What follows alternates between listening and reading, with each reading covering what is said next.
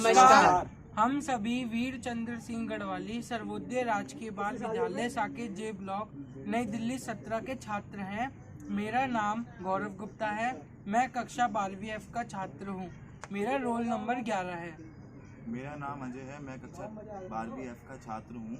मेरा roll number 2 है। मेरा नाम अमित पौदार है। मैं कक्षा 12वीं F का छात्र हूँ। मेरा रोल नंबर 5 है। मेरा नाम कौशल राजपूत है। मैं कक्षा 12th F का छात्र हूँ। मेरा रोल नंबर 14 है। हमारा विषय है सिक्किम का इतिहास। आज हम आपको सिक्किम के इतिहास के बारे में कुछ अभूतपूर्व जानकारी देने जा रहे हैं।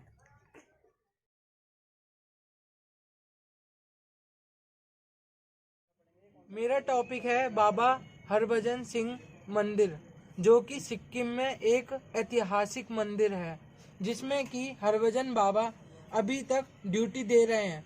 हरभजन सिंह का जन्म कब हुआ? हरभजन सिंह का जन्म 30 अगस्त 1946 को जिला गुजरवाल, जो कि वर्तमान में पाकिस्तान में है, वहाँ हुआ था। हरभजन सिंह 24वीं पंजाब रेजिमेंट के जवान थे, जो कि 1966 में आर्मी में भर्ती हुई।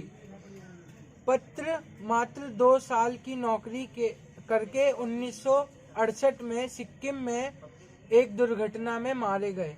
हुआ यूं कि एक दिन जब वो खच्चर पर बैठकर नदी पार कर रहे थे, तो खच्चर सहित नदी में बह गए।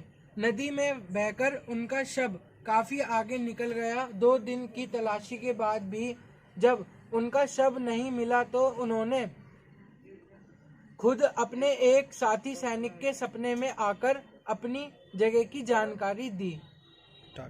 आज भी देते हैं ड्यूटी, लोगों का ऐसा मानना है। बाबा आपको सिक्किम के इतिहास के बारे में जानकारी देना चाहता हूँ।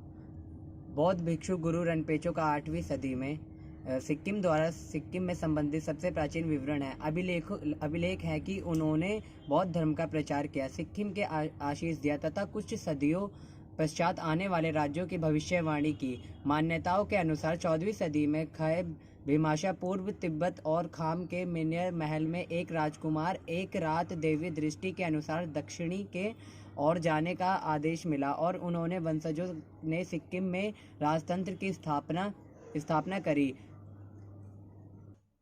फुनसुंग के 3 बौद्ध भिक्षु, जो कि उत्तर पूर्व तथा दक्षिण में से आए थे द्वारा सिक्किम का प्रथम चौगाले राजा घोषित किया गया। इस प्रकार इस सिक्किम में राजतंत्र का आरंभ हुआ।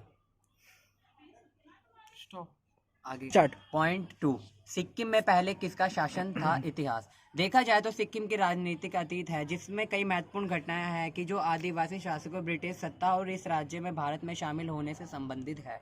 जबकि लोचनाओं 17वीं शताब्दी में ने सिक्किम में सत्ता हासिल नहीं की थी, तब तक इसका राज्य में मोन, नागाओं और चांग का शासन था। यहाँ पर सबसे प्रमुख साम्राज्य चौगाले का था। 1890 के दौर में सिक्किम ब्रिटिश इंडिया के अंतर्गत ये क्या है भाई? दोबारा 1890 के दौर में सिक्किम ब्रिटिश इंडिया में अंतर्गत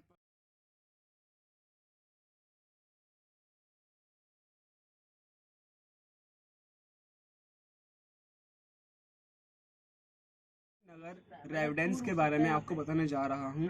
शांति पहाड़ों, घने जंगलों, घाटियों, नदियों, झरने के साथ सिक्किम पूर्वोत्तर भारत का एक खूबसूरत राज्य है, जहाँ साल भर देश विदेश से पर्यटन का आवागमन लगा रहता है। यहाँ की प्राकृतिक सौंदर्य की खूबसूरती काफ़ी अच्छी है। एक शानदार अवकाश के लिए यह आदर्श स्थल है, जहाँ आप क्वालिटी टाइम और अपने परिवार या दोस्तों के साथ स्पेंड कर सकते हैं।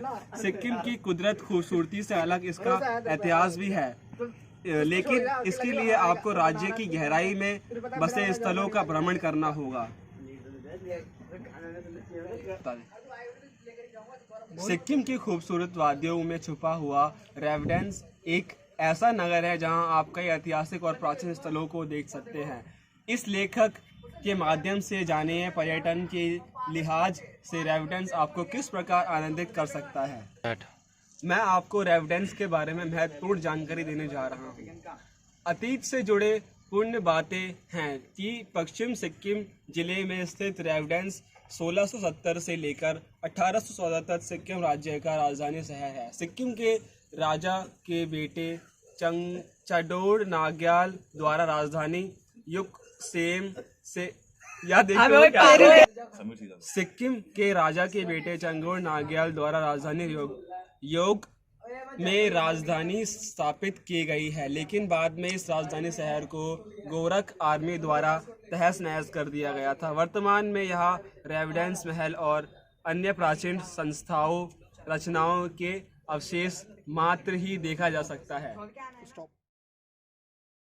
वर्तमान राजधानी गंगटोक में स्थित के प्रमुख केंद्र यह 3 हैं। तसुकला खान मोनेस्ट्री बुद्ध के मानने वालों के लिए गंगटोक काफ़ी महत्वपूर्ण धार्मिक स्थल है। यह मठ गंगटोक सिटी से लगभग 3 किलोमीटर की दूरी पर स्थित है। यह गंगटोक के शाही परिवार का निजी गोप था। आज यह बौद्ध शिक्षा ग्रहण करने दूरदराज से छात्र आते हैं। यहाँ पर कई बौद्ध उत्सव बड़े धूमधाम से मनाए जाते हैं, जिनमें बौद्ध भिक्षु नकली चेहरे पहनकर धाम नृत्य करते हैं। यह पाठ बौद्ध वास्तुकला का एक ऊपर का एंचे बौद्ध मठ। यह मठ भी गंगटोक से उत्तरी पूर्व दिशा में 3 किलोमीटर की दूरी पर स्थित है। यह लगभग 200 साल पुराना है। इस समय यहाँ करीब 90 विष्णु रहते हैं। माना जाता है कि लामा पहले काट दे इसने। दूसरा मठ एचे बौद्ध मठ। यह मठ भी गंगटोक से उत्तरी पूर्व दिशा में 3 किलोमीटर की दूरी पर स्थित है। यह लगभग 200 साल पुराना है। इस समय यहाँ करीब 90 विष्णु रहते हैं। माना जाता है कि लामा क्या। दूसरा मठ एच बौद्ध मठ। यह मठ भी गंगटोक से उत्तरी पूर्व दिशा में 3 किलोमीटर की दूरी पर स्थित है। यह लगभग 200 साल पुराना है। इस समय यहाँ करीब 200 विष्णु रहते दूसरा मठ एंचे बौद्ध मठ। यह मठ भी गंगटोक से उत्तरी पूर्व दिशा में 3 किलोमीटर की दूरी पर स्थित है। यह लगभग 200 साल पुराना है। इस समय यहाँ करीब 90 विष्णु रहते हैं। माना जाता है कि लामा डिप्तोम कापो एक महान का मठ।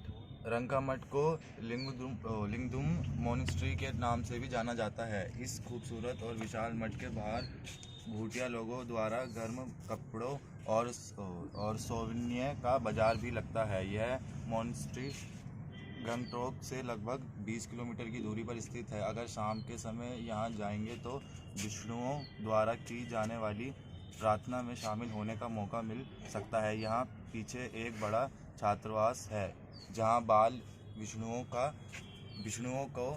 का निवास है। सभी का यह हमारी ऐतिहासिक जानकारी को सुनने के लिए बहुत बहुत धन्यवाद। धन्यवाद।